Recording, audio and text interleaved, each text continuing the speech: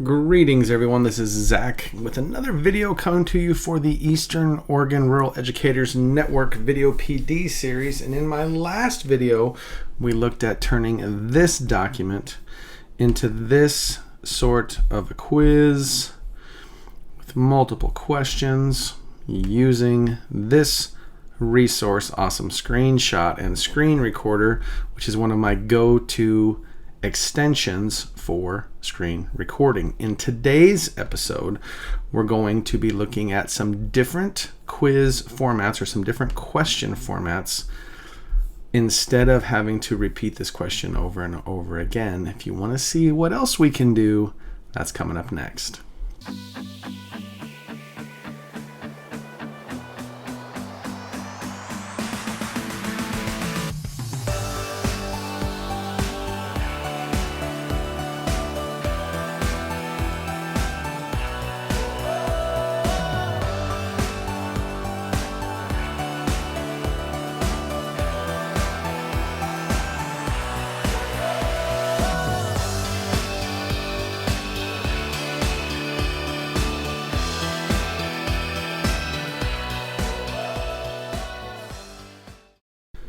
All right, thank you for joining me for this one. Now, I do really enjoy this format. I actually did some updates after the end of the last video, and I really like the way that it is coming out. We've got this nice little landing page for anybody who comes, and then each individual section is one specific question.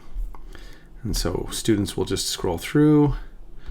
They'll answer each question each time, and they'll go all the way through, which ended up being really nice. Now, I think, like I talked about in the last video, for a younger version of students, this is probably a really good way to go. It kind of slows things down. It gives me the option to eliminate some of the wrong answers from my question boxes here. So there's a lot of power in the right situation with using this particular delivery style. I do, however, think there is some other ones to consider, and I want to show you those now. So you could totally set it up that way, which I think is a completely valid way to do it, depending on age level, grade level, all those sorts of things. But there are some other alternatives. And let me show you what they look like. I happen to have them ready to go. Okay, so this example is a multiple choice grid example. Okay, so now the difference here, and I should have changed the wording of this question up here, but I didn't.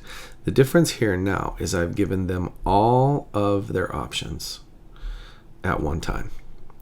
Okay, so you can set it up where you put the sections down one side and the answers across the top, or it might be easier, I would do it this way personally, where you put the types down one side, so what the answers are, and then each section goes across the top.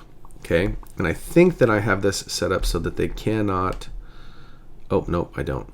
So on this particular form, it's currently set up so that they can totally say that section number 2 is everything. We can limit that, which I'll show you how to do here in a second. But basically the kid goes through and says, okay, the roots, where are the roots? Well, the roots were number 5, so I should click over here. The seeds were number 4, that goes there. Stem, number 6, that goes there. Okay, so you get the idea. They can totally just go through and pick them all at once. There's no clicking, there's no sections, there's none of that.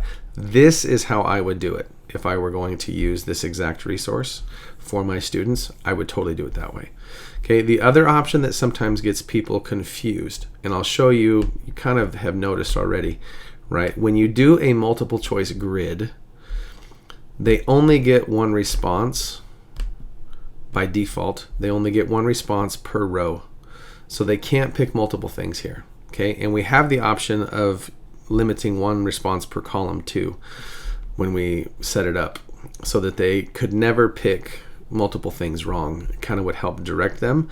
You might want to turn that off if you want to make them have to think a little bit harder, so that they could potentially get confused on, oh, well, maybe it's this one or whatever.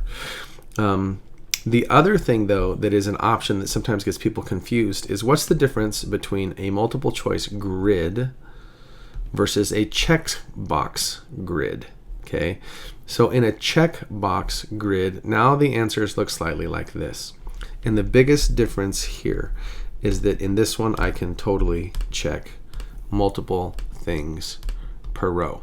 Okay, now I'm showing you all of these so that you understand, depending on the resource, like this was just the example that I used.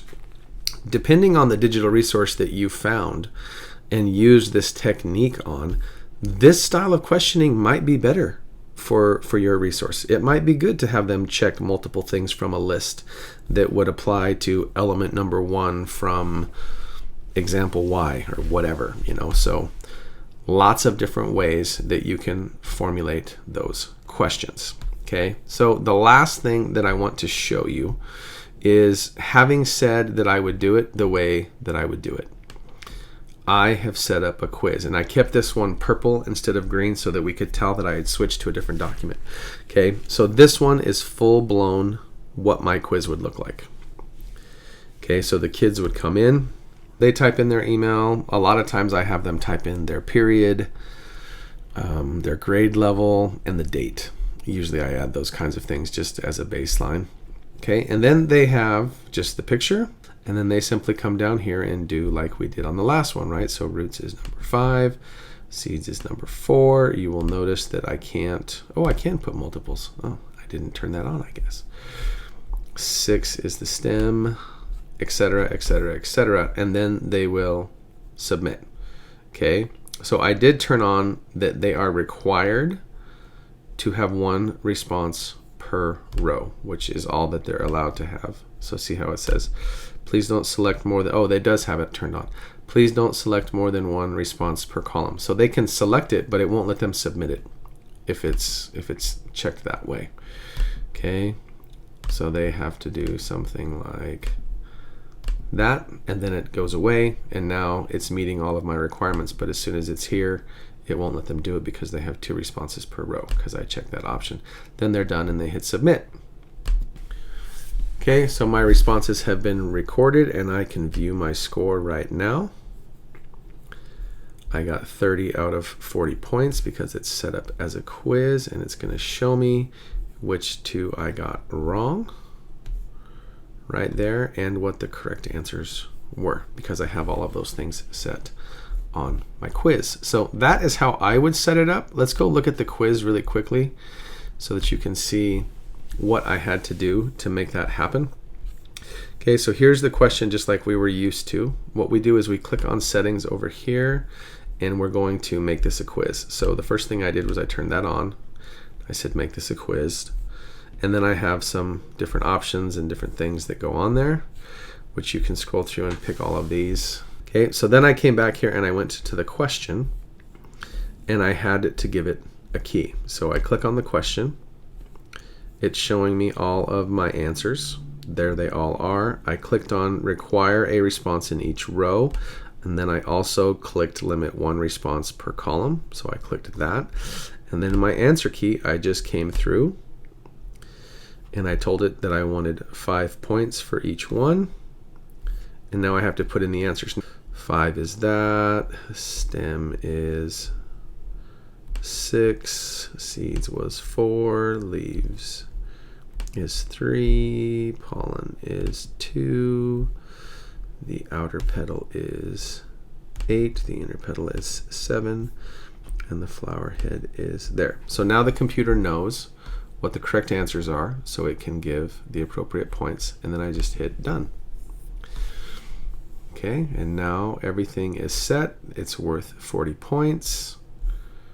We're good to go. If you don't like the color, I often match the color to my images, so you can just very quickly come up here and go, well, that should be green, and I like the nice dark green background. Boom, done. So here's my results from before. Giddy up. Okay, so there you go. Quick and easy how you can take a image that you created using Awesome Screenshot, drop that into Google Forms, and turn it into an awesome worksheet that the computer will grade for you and send the results immediately to the kids. All sorts of fun stuff there. I hope you enjoyed this one. If you did, please stay tuned for more episodes coming up, because remember, technology is just a tool. We're here to help you use it. Thanks for watching, and we'll see you next time.